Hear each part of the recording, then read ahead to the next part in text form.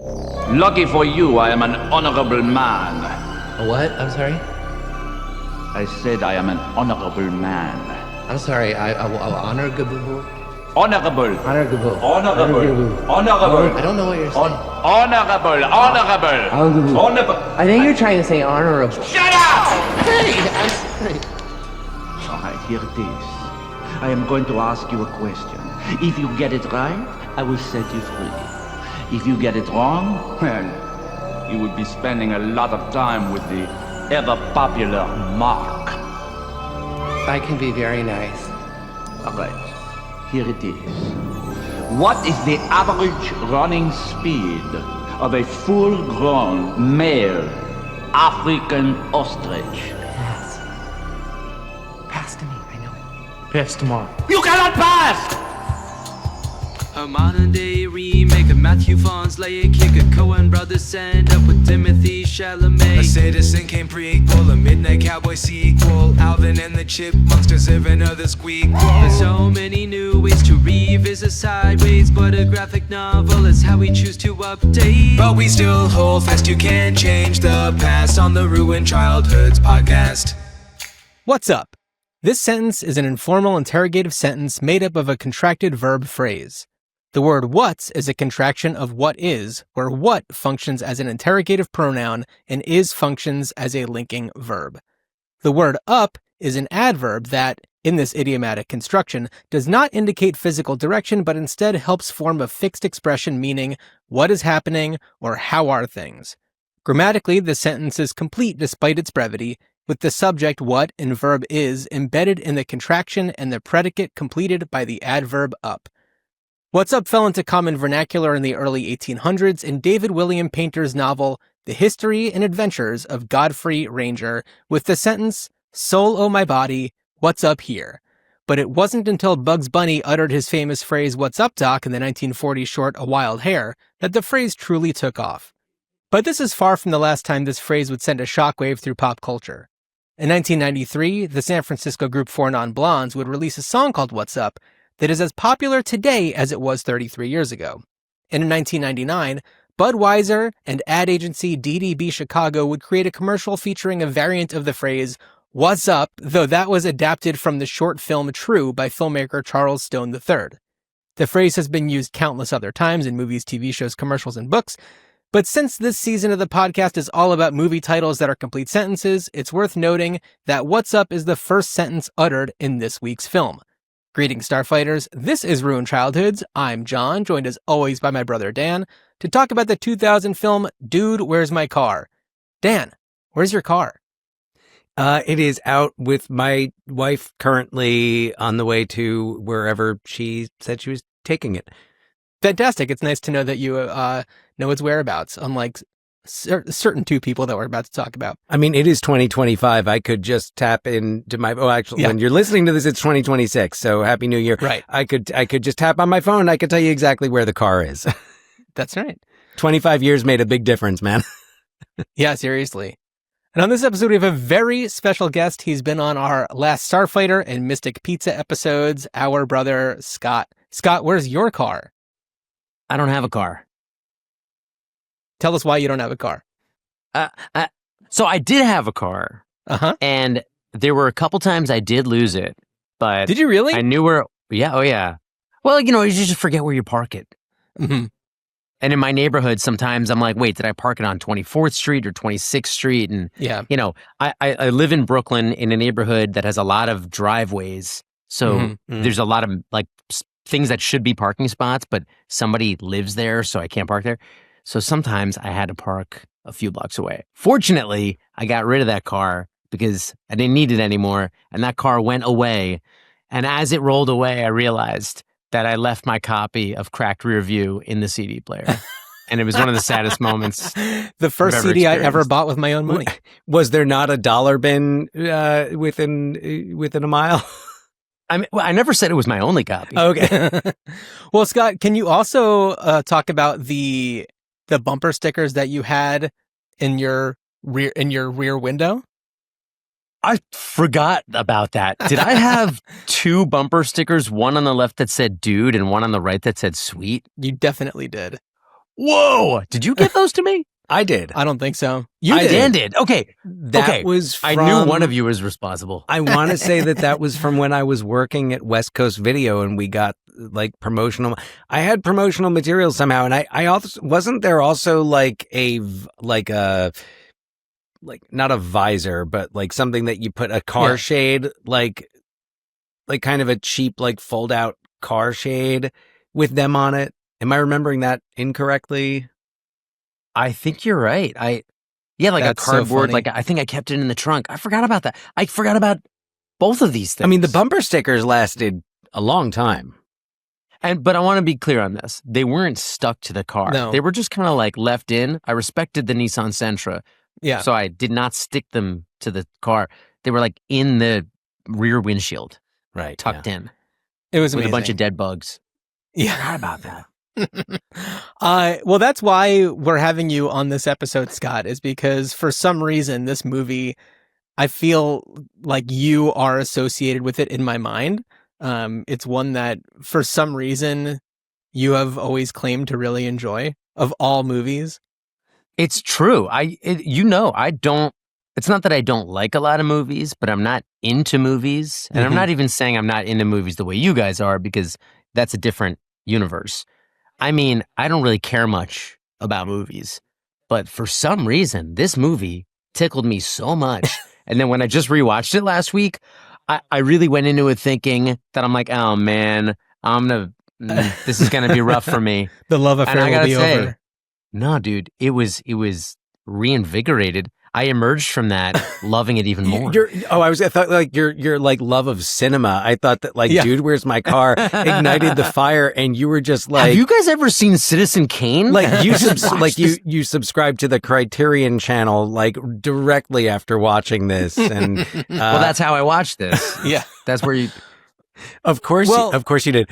Yeah. So actually, it's funny. So speaking of '90s music, before we even get into the movie, my question for you both, unless you looked into this as I did, because I was watching the movie and listening to the music, and I'm like, oh, this really sounds like, I'm not gonna say who, but so I was curious to know if you thought at all about the music during the soundtrack and which bands you identify. There are some that you definitely like, you hear them and you know, and then which bands did you think you heard?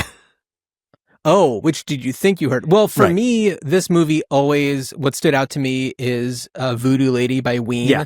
Yes. That to me is such a crucial part of this film, and a reason why I like it, because I loved Ween so much, and still do.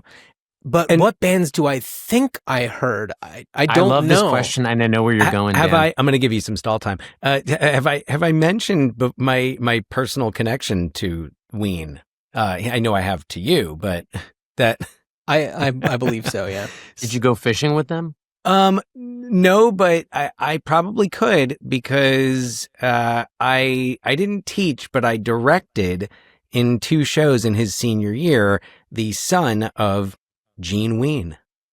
Whoa, that's so cool. And Aaron Freeman, real name, and the Gene Ween, that is.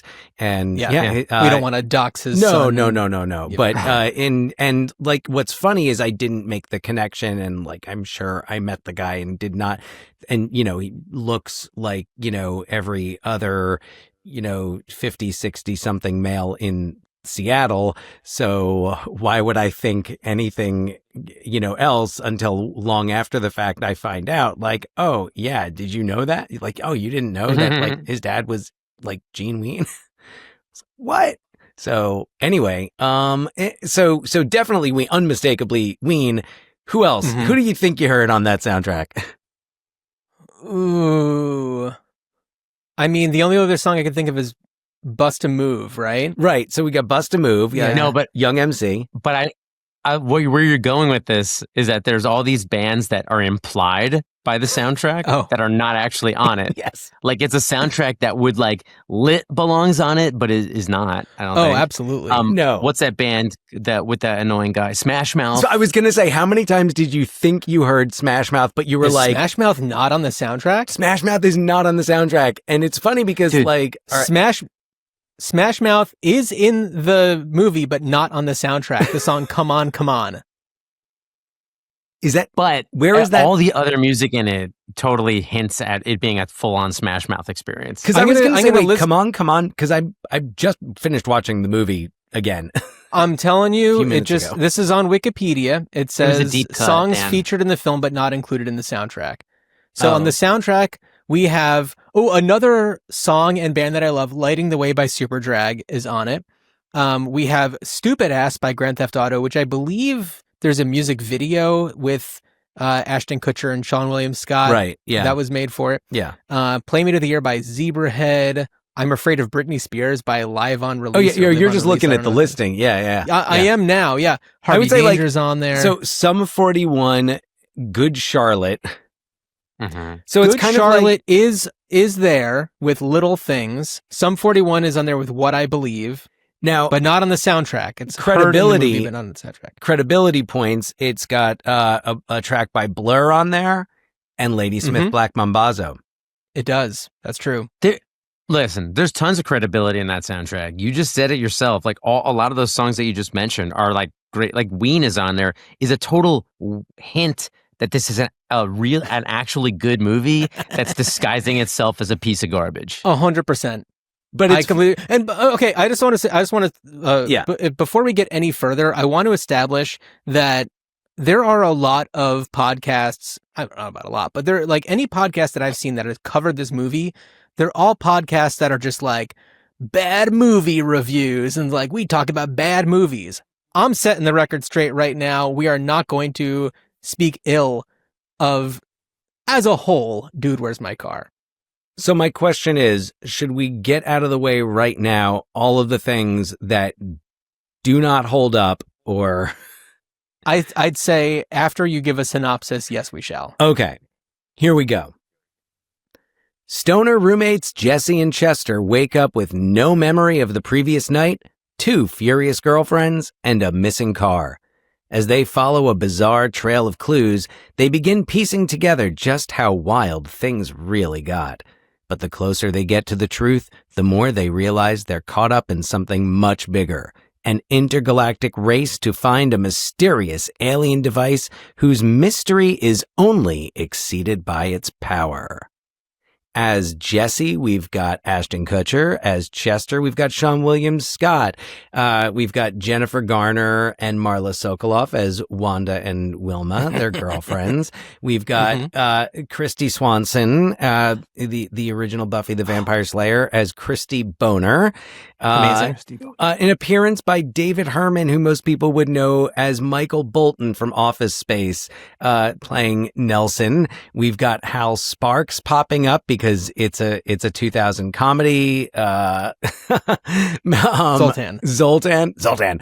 Marilyn Rice-Gub in there. We've got some cameos by Brent Spiner. Hooray for Brent Spiner and Andy Dick. Boo. Yes. Problematic guy. Hope Yeah. he's doing okay. Yeah. And let's see. And Fabio. Of course, we have the You requisite... can't have a movie No. in the year 2000 without Fabio. Absolutely not. And what a scene that is. It's one of the things that kind of does make you say, okay. Right. I also want to shout out John Tollsbay, who plays Mr. Pizza Coley. Mr. Pizza Coley is awesome.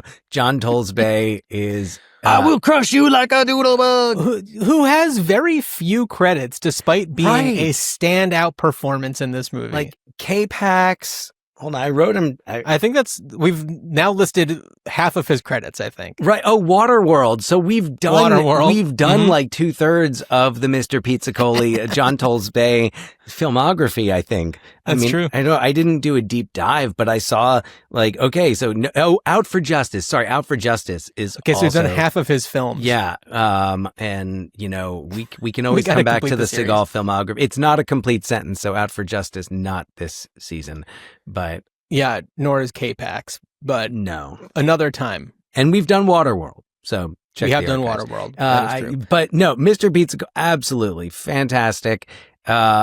and yeah, early appearance by Jennifer Garner. Oh yeah, for sure. Yeah, a small role for somebody who's, so crazy famous now, which is always fun.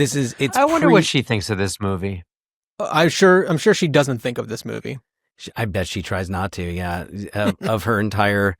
I don't know. I would be interested to hear, but when I think of Jennifer Garner, who I think is a wonderful actress, and I think of her other credits, I just think like this was a paycheck. Like this paid her rent, or this got her a car or something, and this whatever it did. It got her it helped her get to Alias, to Catch Me If You Can. Well, that's what I was wondering, is like, when did Alias start? It must have been 2001. shortly 2001. So yeah, 2001.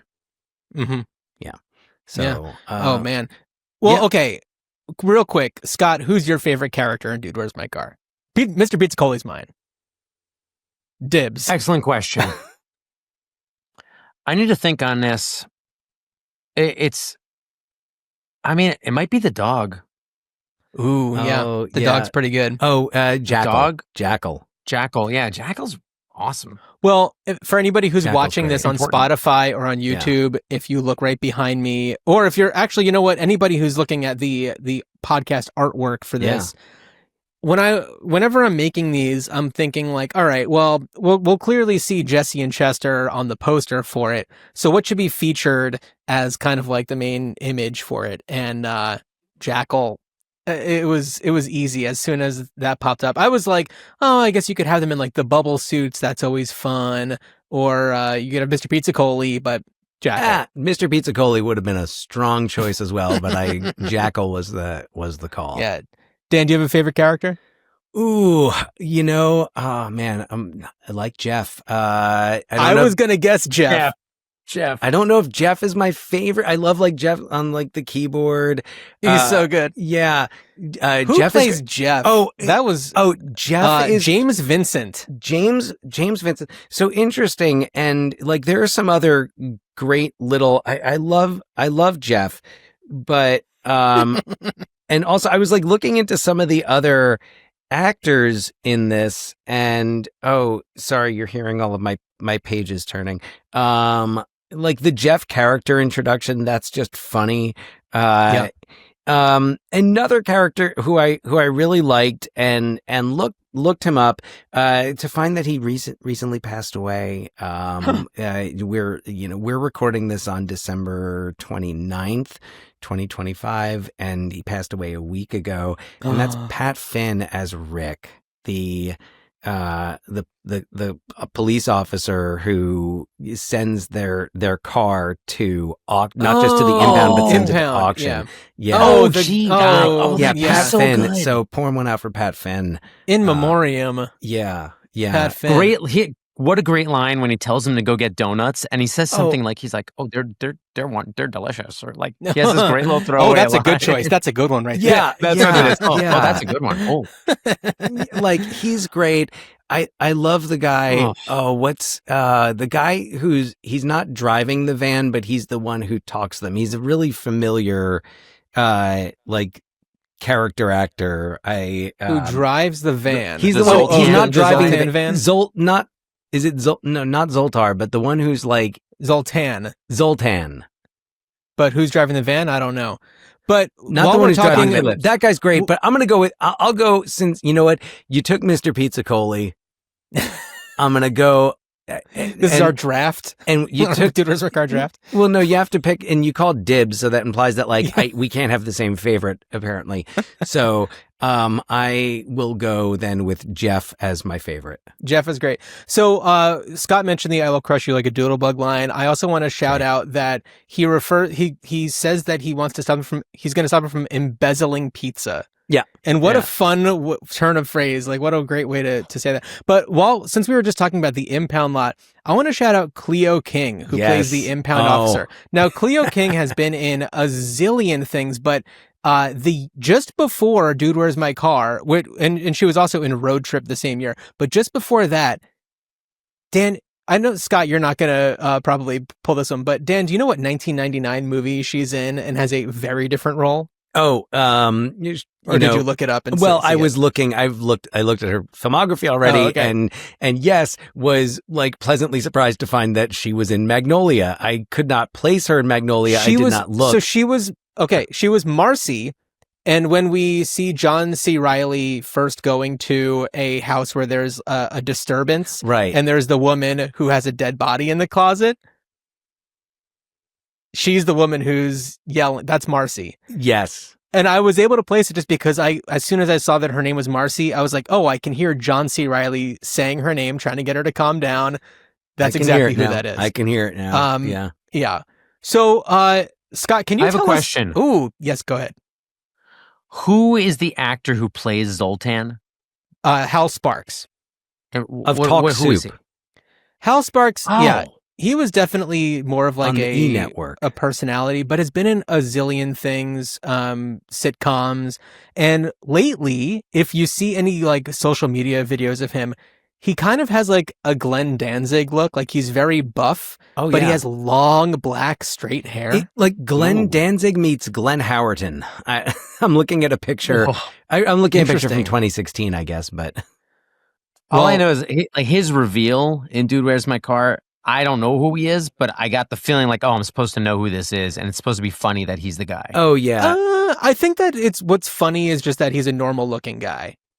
Yeah, but it felt like he's supposed to be some kind of like heartthrobby kind I of wouldn't like say that it's guy like who would never stunt play that casting. role. Yeah, it was more of one of those like, here's someone that people will recognize, Yeah.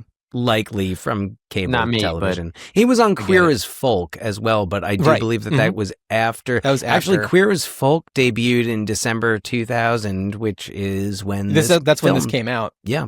This came out December 15th.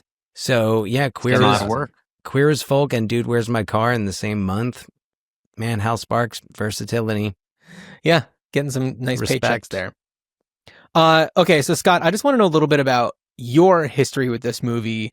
Do you remember first seeing it, or I don't know. I just want to know what about this movie really sat well with you back in 2000. I have no idea how I saw this. I guess 2000. I was a senior in high school. Maybe I went to see it somewhere. I don't. You know what, Scott? At this point, you would have been a freshman in college because it was because it came out December. in December. Oh Yeah. yeah. I was in college, dude. I have no idea how I saw it. All I know is when I saw it, it tickled me so much because this movie is like, and it didn't tickle me in the stupid movie way. Mm-hmm. It like I got the whole stupid movie thing, but it really did feel, and even rewatching it last week, it really felt like it was this like smarter movie disguised as a stupid movie, or maybe just like a poorly made parody of its own time. Like, you know what I mean? Like there was something about it that didn't totally connect, but Yeah. I'm an unsophisticated film watcher, so it worked for me. As a poorly made parody of its own time, it's interesting because one of the things that I was looking at was I was like, this is very much a time capsule of 2000. It But checks a lot of those felt boxes. self-aware. It really felt like it knows that. Like it's completely Like- aware. like of- when- Like, and that's part of the joke. It really felt like the joke was that this is the kind of movie that would come out at that time. It felt like somebody from the future came back and made that movie as a parody of that time. Yeah, right. Like to your point, when they discovered that they have cell phones. Dude, Right. we bought cell phones. Yeah. Oh, And by that the way, made me that think of now. like, oh, in 2000, I feel like that's when, it's probably when I got a cell phone, but it was Yeah. like, you know, you turn it on only when you need to make a call, if that. right. If I remember correctly, because I think so, our parents had their cell phones, and I think that they had a spare because I remember taking An the. I emergency. think I took the spare when I went on tour in fall 2001. Mm-hmm.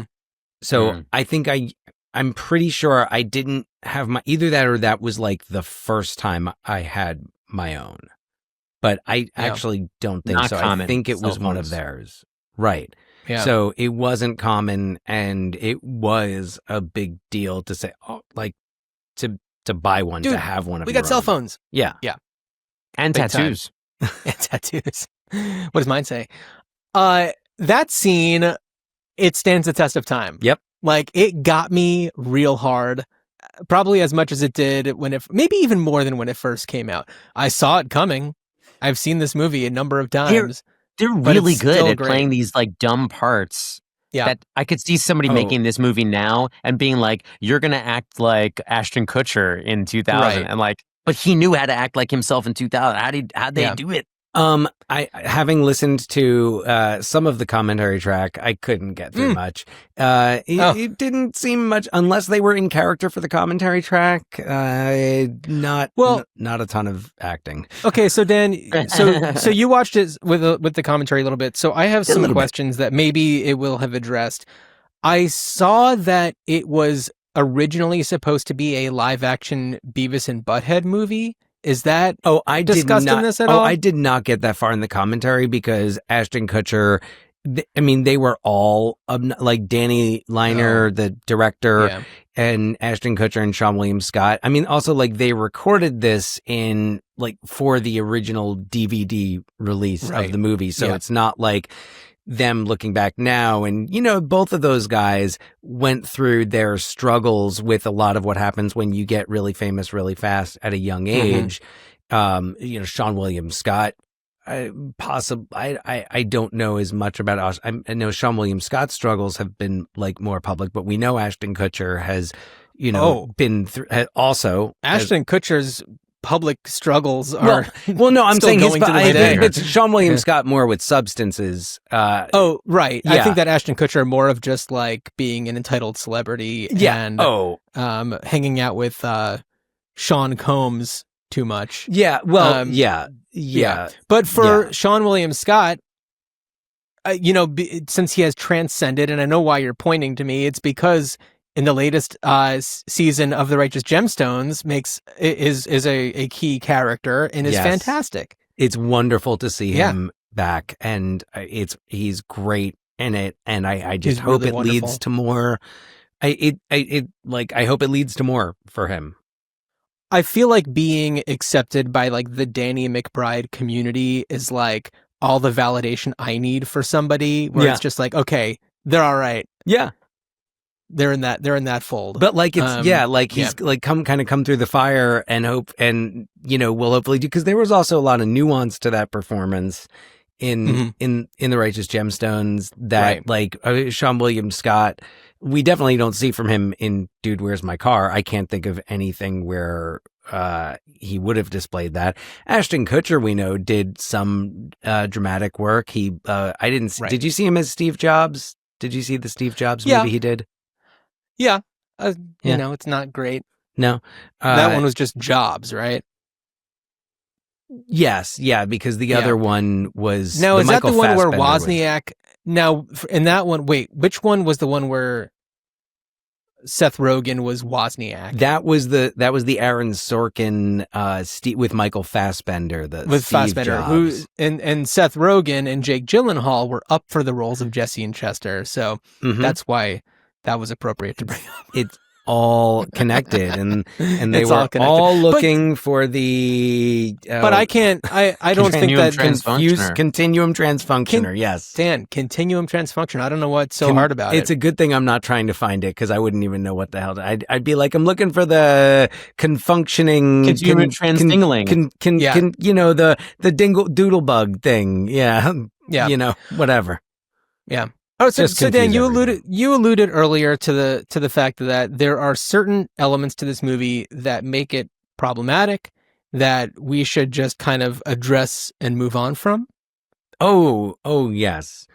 Yes. The character of a transgender stripper who I would say, they identify themselves as a transgender stripper. Just the gender, the humor around gender is just very dated and ignorant. Okay, gay panic, trans panic, those are the underlying things that, and were very prevalent in movies at this time that we certainly know and should have known then, but didn't. But we just didn't handled poorly. Think differently of a lot of Asian stereotyping being done 100%. Yeah. I mean, the representation, but in a weird way, it's not even stereotype. It's just a weird approach. Well, and It is a drive-thru? weird person. It is a weird person that works at the Chinese food place. But also so if you look like one of the really harmful stereotypes of Asian Americans, especially coming out in World War II, was this like devious, mischievous trickster who was always scheming. And that was what I heard in the portrayal of the woman. I know, because I rewatched it twice recently, and on the first rewatch, I was kind of like, yeah, no, the joke is on the guys. It's on whatever, Ashton Kutcher. But then I was thinking about it, and I was like, man, she really has that sound of that, like from a 1940s like cartoon. Like, I'm not going to do it because it would be be really offensive if I did it. But so like just kind of bringing to mind that stereotype, and then in a less harmful way, the stereotype of the laundry owner, but Sure. more so, I'm just thinking of like the kids who would have seen this, like the younger kids who would have seen this and who would have come away doing that voice of that woman at the drive-through. Mm-hmm.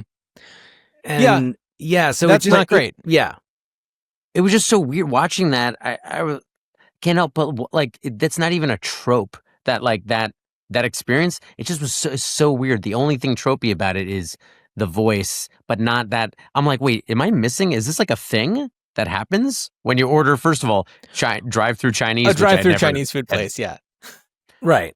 There were just like so many leaps in there where I'm like, this movie is setting up this universe where like maybe that's like a thing that happens. It's just so many weird moments. Well, and it flips, like forgetting the whole issue. It flips. It's just the weird usual. moment. It flips the usual because what you'd expect is that the kids going through the drive-through play the prank. Like what's the movie where the person's ordering and they keep like out there's their Wayne's voice. World, right? Wayne's World, yeah.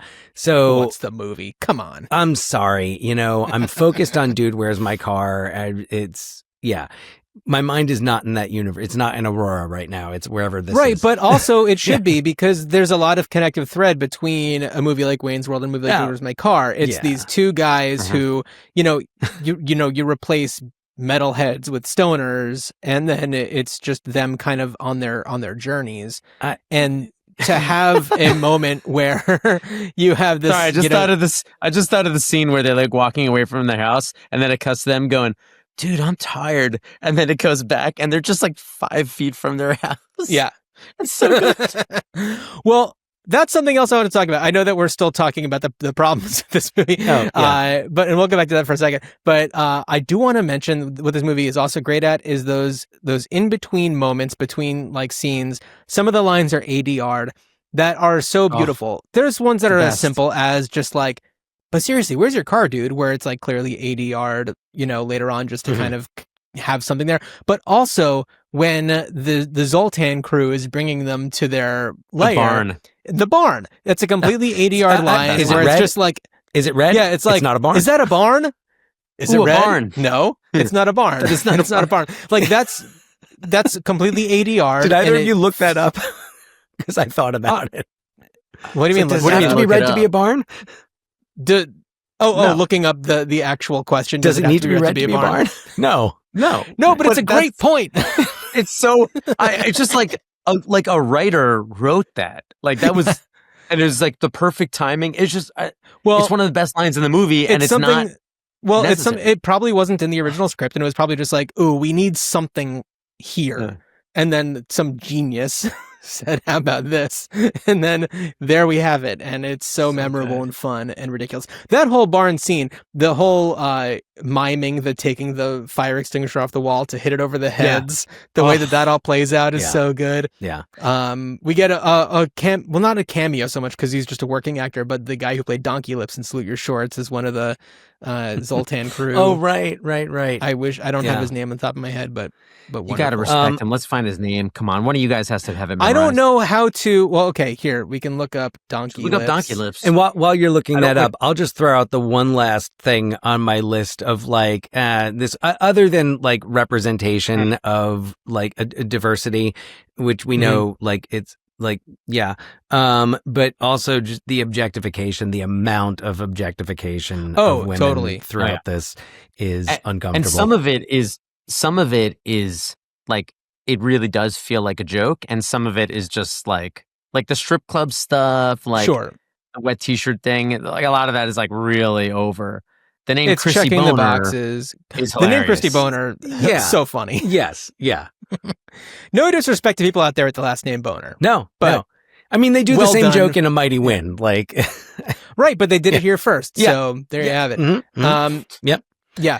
So Michael Ray Bauer Okay. is the Zoltan cult guard. He doesn't have a name in the movie, but shout out Michael Ray Bauer. I thought Good job. I thought he looked familiar and sounded. Yeah. So that was, I mean, when it came out, it wasn't that long before that Salute Your Shorts had been on the air. So I know that for me, it was just like, oh my God, it's Donkey Lips. And I know that for so many other people of that generation, that was the thing. No. Okay. So Scott was asked this question. Dan, I got to ask you, do you remember how this movie came into your life? Oh, sure. Yeah. So I saw it. I'm pretty sure Dave DeVito and I at the Cranford Theater. A frequently mentioned name on this podcast. And Double D. I actually by then, it was no longer the Cranford Twin. It had been converted. So I remember we saw it there, and I remember like at the time I had just been like playing around with writing screenplays and trying to write screenplays and couldn't finish anything. And I was like, if they got from beginning to end on that and I was like, I can do it. And I was like, cause and yeah, I mean, when you, especially looking back at it and looking at it more, I guess maturely and, recognizing that, this is still something that went through several drafts and, had to go through a lot to be produced by a major studio. But just kind of thinking like, okay, whoever wrote that, whoever came up with that, got it there. I'm like, I can at least finish something. So I was like, I gave myself a month. I was like, I'm going to get a month. And it's one of the few things I've ever finished. So this was Dude, Where's My Shoes came out. Yeah. Well, it should be mentioned that there were other movies and shorts and stuff that came out that were like, Dude, Where's My Blank? So Dude, Where's My Dog is something among them. There was a short called Dude, Where's My Ferret? Yeah. And apparently at least the title was inspired by a line from the Big Lebowski. Yeah. Dude, where's your car? Where's your car, dude? Where's your car, dude? Yeah. Yeah, that's absolutely. Awesome. Wow. So that's so cool, Dan, that this movie actually inspired you to actually work on a creative project because you were just like, if they could do this, if this can get made, all due respect, anything can get made. All due respect, because I now have a much better understanding of that process and everything it takes, and like even stupid comedies, you need to have intelligence to write them and to come up with them and figure. I mean, like, all right, here you know what we haven't talked about? We've been talking about this movie now for a while. Shibby. So they created a word. Created a word. Yeah, I was kind of, it's in that great film, in that area of the Cinema Hall of Fame, words that movies tried to make, like it makes me think of fetch. Fetch. More obscurely makes me think of Spadoinkle from Cannibal the Musical. Spadoinkle. Yeah, there's so many elements of this movie that make it memorable. I feel like now the sign of a successful piece of, popular media, movie, TV show is if there's a character that someone could dress up as for Halloween. Mm-hmm. And certainly you can do that for Dude, Where's My Car? Absolutely. You have their special suits, the Adidas track suits, which clearly can be a lot of other things, but they could also just be for this. But also, yes, you do have those words. You do have sweet and dude. People get tattoos of sweet and dude, put bumper stickers in the back window of their cars also. So it's one of those things where it's like it created something that lives on and on and on. And that to me, I think, is a big marker of success for a movie like this. It's definitely, well, I mean, it made money. It was financially profitable. And it probably cost nothing. I mean, well, you've got, so Ashton Kutcher coming off of, doing that 70s show, which is a Fox property. So like, I don't know how much that has to do with it. And then Sean William Scott coming off of like American Pie, I think before this, I can't think of much else, before this for him. So, you're not like, you're not paying, millions and millions. You got that Fabio appearance fee. I mean, yeah. I mean, Fabio, Hal Sparks, like who else is really, in terms of acting? And but that's where the budget went. There was nothing else. Like filmed on location, Southern California, and sets. Yeah. So I want to talk a little bit. I know we've talked about it before, but I want to go back to the Mr. Pizzacoli, the first scene with him, because Scott, I have some questions for you as a pizza professional.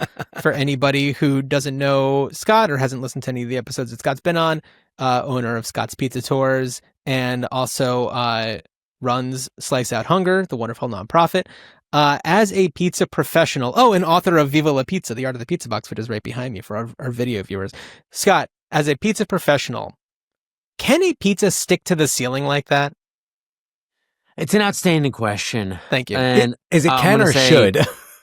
The answer is yes, it's happened. Now, the bigger question is, I'm just impressed that it stuck to the ceiling and it had already been sliced. If it was unsliced, more likely to stick, but it clearly had been sliced since a single slice drops down at a time and both Jesse and Chester get to snack on it. And unicorn. May I add also room temperature? Yeah, it was. Yeah, it had been sitting there overnight. Yeah. So the cheese isn't sticky. I don't know what was on that pizza. I don't know how warm it was in that room. Yeah. Good point. Oh, I'm just going to say yes. Yeah.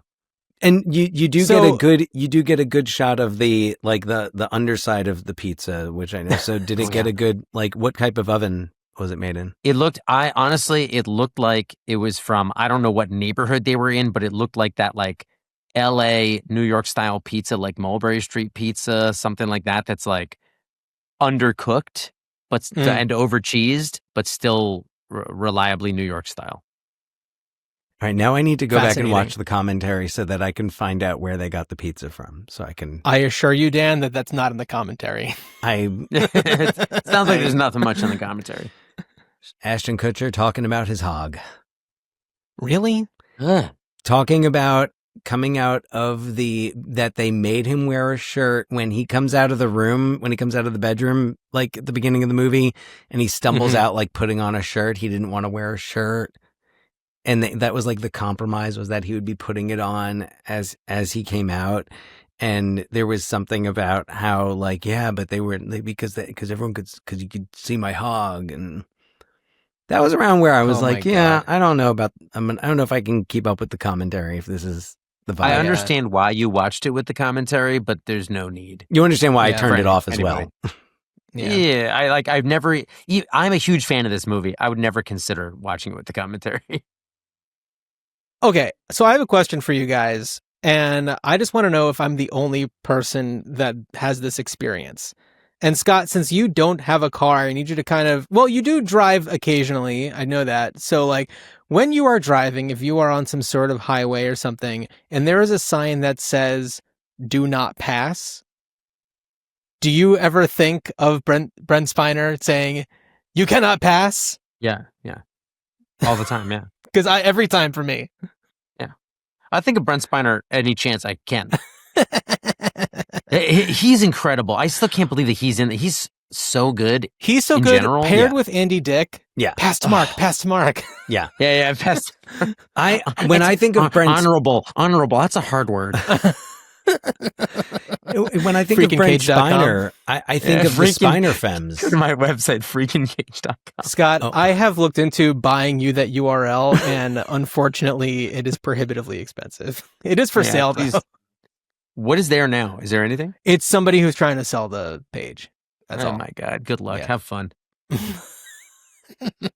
There's like that thinking about that scene, that Brent Spiner scene. It's like they just get like, Dan, you made me think of when you're talking about like, if this can get made, then wow. But like, there's so many, there's like the dumbest, silliest arc to that movie. But every single scene is like the opposite of what the previous scene is, with the maybe only one exception. I think there's only one piece of fat in that movie, which is the music video scene. Oh, absolutely. Yeah. I think if you cut that out, then that's Perfect a pee movie. break. But besides that, it's dude, there's no filler in that movie. That's true. I agree. Every scene has memorable moments in it, really. It's true. It moves really well. There are really... There's good callbacks. There's, fun characters. Everything has a Even reason. the villains are all really fun and weird in their own ways. Yes, it is in ways problematic, but it's still watchable, understanding that certainly if they were making this movie now, I mean, God, hopefully they'd be doing things a little bit differently. Well, yeah, but even the problematic parts are not even close to being the funniest part. Like, they're not funny. No, that's not true. It's not even that they're like, it's not even that they were funny. Even at the time, they were like the dumbest parts. Without those, if you polish those out, it's still, I think, is great. And I wrote in my notes at first, I was like, okay, this is a great time capsule for what was funny to teenage boys at the time. And and then I had to add, because I'm thinking about, so like, for those new to the show, welcome, a little late in the episode, but you've been welcome the entire time, I assure you. We were just so excited.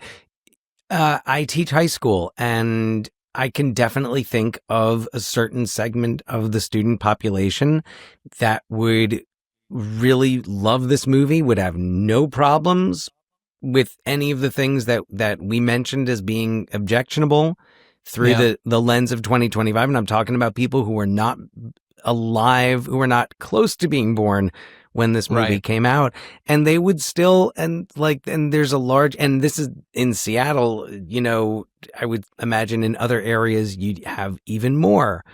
And there's a certain vibe out there, and like, even thinking about, thinking about some of the people who would be into this now, and thinking about the online communities. You look at the cult of Zoltan there, and it's kind of like I mean, at this time there were niche online communities, but you think about like the online incel communities and things like that. And it's like, wow, like this is, it's funny here, but it's very close to what that actually is. And you think about the type of people, especially young men, who are really kind of targeted online by those groups and are really susceptible to. And it's, I mean, not just those kids, but like would totally be into this movie exactly as is. With the Bust-A-Move section, including the Bust-A-Move section, perhaps especially because of the Bust-A-Move section. So weird that it's Bust-A-Move. It is really weird. Yeah. So random. You know, I do think that there is some merit to that scene, just because this movie, I mean, it is a live action cartoon, and it is, in every sense except for literally being an MTV movie, it's an MTV movie. It's not made by MTV Films, but it is most certainly for the MTV generation who is, I guess, used to having some sort of element that incorporates like a music video atmosphere. Also, and Dan, we talked about this with another movie, and I'm spacing on what it is, but I feel like this movie is also designed for people who have ADHD. Oh. Maybe not knowingly so, but because there's something going on in every corner of it, you don't necessarily need to be focused on what all of the dialogue is in order to understand the movie, but there's something happening. There are tonal changes that all are consistent but different. All right. Oh man, I'm so struggling. Was it like Nothing But Trouble? I don't like. No. It was something where there was a lot going on like in the background that Right. was all right. I'm not going to get stuck on that, but it doesn't matter. Yeah, It no, doesn't I matter. remember. But, we talked about that. Well, it's like Scott, you were saying, like, kind of each scene is really different from the one before it, and things change. There are really abrupt shifts. So, like, to your point, John, like, yeah, it does kind of serve that attention, like that type of focus. And that type of like sensory, like what keeps you engaged. Yeah. Isn't there a shot that lasts like 6 or 7 seconds that's just Jesse looking through a kaleidoscope? Yes. Yeah. That's like a really long shot that while it's happening, you're like, this is what's happening right now. This movie is made for people who are on drugs. Yeah. It's made for people who need the stimulus. And also it's made for Scott, you. This is what I don't understand. How do I like this so much? I don't think I'm on paper someone who would like it. I don't get it, but I truly do think it's hilarious. I think that for you also, maybe it's just a departure. It's enough of something that's so not what you would be, I guess, prone to be into, that it kind of just fits into those grooves that are left open by all the other interests that you have and things that actually do motivate you. But like 25 years ago, I really liked it. It's like one of the few DVDs I ever bought. Yeah. I've probably seen this more than almost any other movie. But it's every movie is that movie for somebody. That's true. It is. Yeah. It just really does feel like a parody. Like the jokes in it, I don't think I'm laughing at the jokes themselves. It's more the fact that they're making the joke is the funny thing to me. Yeah. You know what I mean? That it's a parody, that the movie itself is almost a commentary of like, this is what the kids are into in 2000. Right, well, I think that's how I read the movie. No, it's because interesting. It's so absurd. It's like it's so absurd. Yeah. Like there's no way that they think that the joke itself is the funny part. It's the fact that they're making the joke is the funny part. Well, and there's a few things in it that are very much like the idea of the monkey like that was like if you were doing a comedy at that time, it was like involving monkeys was almost like the studios had a checklist and they're like, all right, we're making a comedy geared towards this demographic. Got to have a monkey, and some monkey. If it's on TV, fine. Real, even better. The last season of The Righteous Gemstones with Sean William Scott features a monkey. Brilliantly. Well, and in a Monkey Shines parody. Monkey Shines parody. Yeah, which is also just absolutely Scott. You just have to take a word for it. The whole other. I think I've watched. How many seasons have there been? 5, I think. I think I've seen 3 of them. Okay, it's so good. I need to get back on it. It was a lot. It is a lot. It's a lot. It's a lot. And but it's worth it in the end. And on a personal level, how did they write this movie? Yeah. So back to Righteous Gemstones. There's something in the season finale that is like you will text me when you watch it. But you'll know. So I do want to. I'm just thinking about that scene in Dude, Where's My Car where he goes, "You know what we should do now?" And Jesse goes, "Eat," and then Chester goes, "No, eat." It's so funny. It's ridiculous. It's so funny that's a joke. The fact that is a joke is the funny part. Yeah. One of my giggle moments is and it's maybe my favorite. I think it's my favorite shibby in the whole movie is when they have the trash cans over them, and they just have that like dude, you touched Christy Boner's hoo-hoo, shibby low 5. Yeah. The way that Sean William Scott says hoo-hoos is so funny. Yeah. Hoo-hoos? Okay. Yeah. Keeping this thing on the rails as much as possible for a movie that is consistently off the rails. I do want to talk a little bit about the movie's legacy, seeing as how this is a movie we're talking about legacies and continuing the legacies of movies. So this is from Wikipedia. In 2012, the Pittsburgh Pirates started using the Zoltan hand signal from the film as a way for players to congratulate their teammates after an accomplishment such as a home run or a double play. The habit started after the Pirates, in particular Neil Walker, were watching Dude, Where's My Car in the visiting clubhouse at Turner Field in Atlanta during an April 2012 weekend series. This is so specific.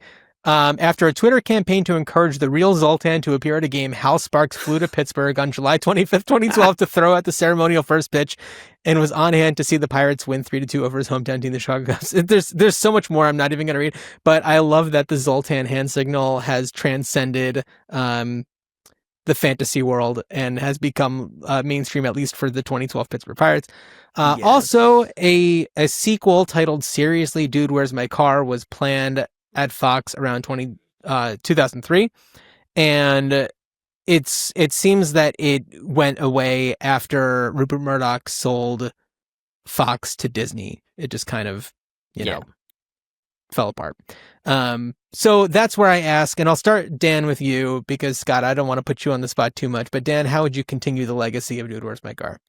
I would want to see a remake of Dude, Where's My Car, where the main characters are not Jesse and Chester, but are Gil Faison and George St. Geeglin, Nick Kroll and John Mulaney's characters from their Broadway show, Oh, Hello. Oh my God. I would love to see those two in the Dude, Where's My Car situation. I don't know that I would change anything else about it, but that they would be the two main characters. And the shit that they come up with, like that they've come up with for their show, is so bizarre and so wonderful that I feel like that's what I want. That's what I want. I'd be happy if they announced that, if Disney said we're doing it.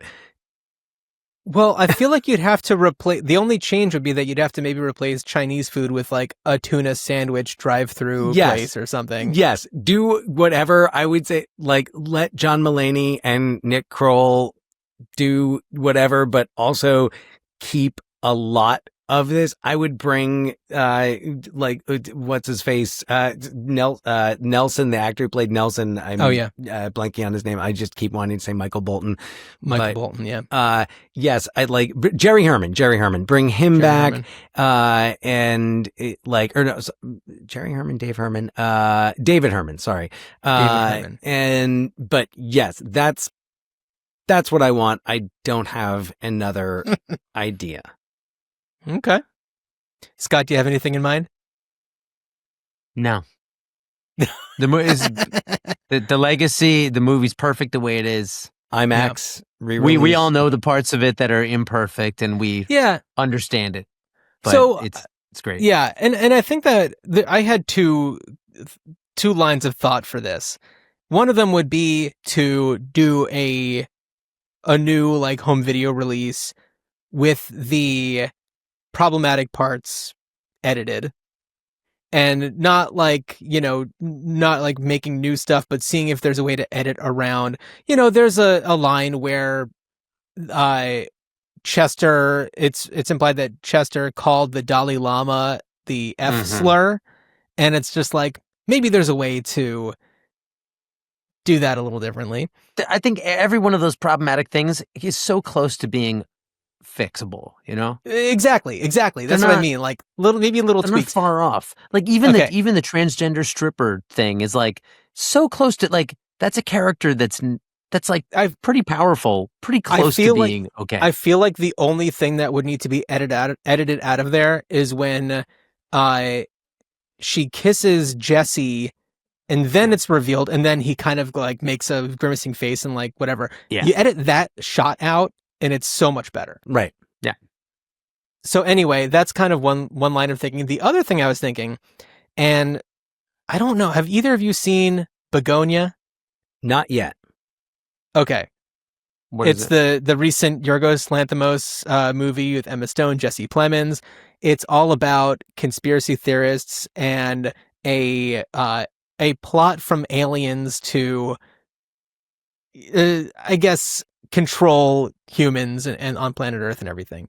and Jesse Plemons plays one of these conspiracy theorists, and he in the movie claims that he's gone down every hole there is with every single conspiracy theory. I want to see I guess it would be a prequel to Begonia, where it's his journey experiencing the Zoltan cult.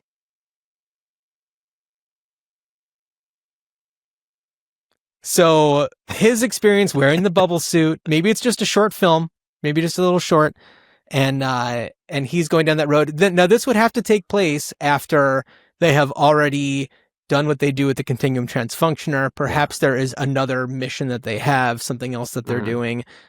We get Hal Sparks back in there. It takes place, 2023 or something before the events of Begonia. So that's what I would love to see. Yeah. And I think that Begonia is streaming on one of the platforms now, so I encourage you both to check it out. It's I'm amazing. gonna look into it. Tis on Peacock. I think on I might Peacock. have an idea for how to continue the legacy here. Let's hear it. You inspired me. What if you do like one of those things where like screen a film and then like some orchestra plays the score, except it's Smash Mouth just playing the whole time. Yes. And it's not even music from the movie. It's just Smash Mouth playing a concert. Just while All we Stars. watch They're the playing movie. All Scott, Stars. you figured it out. Yeah. That's you figured it. it out. That's it. Right? Do you know how many It's called people Dude, would go Where's see My that? Concert? Yeah. And it's just Smash Mouth playing a set while we watch the movie. I love it. Perfect. Wait, hold on a second. Problem. Lead singer of Smash Mouth died? Oh, I was about to ask. Did he? I think Yeah, so. I think he did. I mean, We're all vigorously Googling could we right do now. a hologram, like a Smash Mouth? Come of age. a hologram, or like, couldn't they just get some like Steve Harwell. Yeah. Yeah, he died in 2023. like Damn. you couldn't just kind of get somebody else to wear like the little like button Does he have a down brother shirt or or a son? something and sing? Could be like Sublime. You can get the just like the sun. Oh yeah, You swap him out I with heard. Guy Fieri and have him Nobody as will the know. singer. No one will know. be great. It I mean- would really just be the collision of all of the things that you would need to Like- sell out a performance. All due I mean, respect. I but just got to come on. say, yeah. I mean, this is gonna sound really terrible for him, but I mean, that band's a pretty good band if you take out the vocals. They're fun. Yeah, I- there's a I- reason I- why they were successful. great. I gotta say, Yeah. Astro Lounge has got some bangers on it, and not just the hits. Like honestly, All Star probably a low point of the album. I mean, it's also had been to like write 20 it. years since I've listened to it. So Walking on the Sun's a pretty good song. Walking on the Sun's a great song. And Till the Morning pretty amazing. Comes. That stuff, that was like the biggest stuff on the radio. It doesn't sound Yeah. like anything else that was on the radio. That's true. Yeah. It definitely, Good for them. yeah, definitely had its. Yeah. Good for Smash. They really had their sound. own little genre there, their subgenre. Damn. So They did. for everyone out there who's watching on YouTube or Spotify or listening on a podcast platform, if you have ideas of how you would want to continue the legacy of Dude, Where's My Car, email us ruinchildhoodspod@gmail.com. You can go to ruinchildhoodspod.com for a lot of fun stuff. Do not go to freakincage.com. You won't find anything there unless you want to buy it. All I got to say is if you're in New York, go take a tour from Scott's Pizza Tours.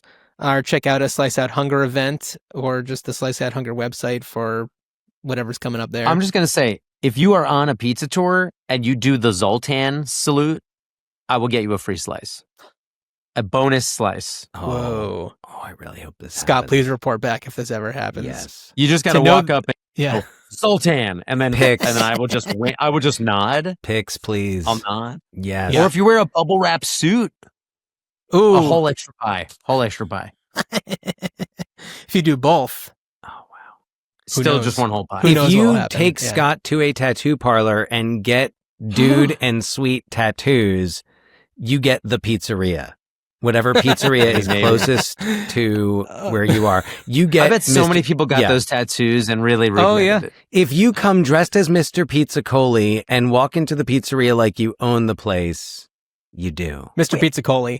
The guy who owns the dry cleaner is having so much fun. Yeah. with He's those wonderful. guys. With the I love having kaleidoscope. such a The blast. kaleidoscope. Yeah. He loves the kaleidoscope. I love Oh that yeah, scene. he's loving it. Yeah. Yeah. Oh my God. the temptation, by the way, to send each of you and buy for myself an Adidas track jacket, each a different color. It took a lot for me to not do it, but it was very, very tempting. Oh, I would. Oh, Sounds love it. so I would comfy. so wear, but I could only wear it if somebody was wearing the other one. That's correct. I can't just do red. There's got to be a blue. If you knew that somebody somewhere was wearing the other one, would that work? I do know some people who wear tracksuits every day. I bet you do. Yeah. Yeah. Okay. Well, Scott, thank you so much for doing this with us. It's always a lot of fun when we get to kind of bring you in on this wacky thing that we do. Very, very few movies that I'm eligible for discussion. This is one of them. So thank you. Yeah. Well, in Mystic Pizza, it was really just coming in to very briefly to discuss the pizza aspects of the movie. It wasn't like the full movie or anything like that. Right. So we appreciate your expertise. It's wonderful to have a pizza professional that we can call on for those. What other movies? And what are the other movies that are going to happen? This is a pizza movie, so it's appropriate. They worked at a pizzeria. This is true. They bought the car with money they earned from working for Mr. Pizzicoli. That's true. Yeah, and so the question is, from him. What are the future pizza related movies that I can help you with? Well, Scott, we can't really speak to that at this very moment. It depends on theme.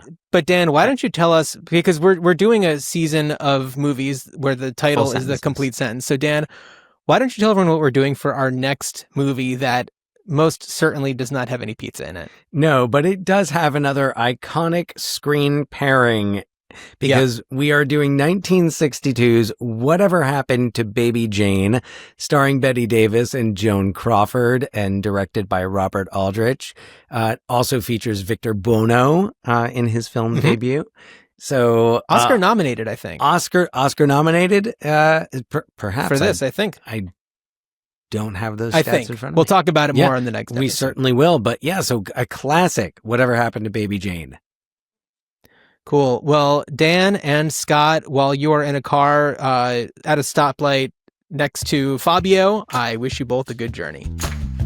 Good journey. It's all Dan. Shibby.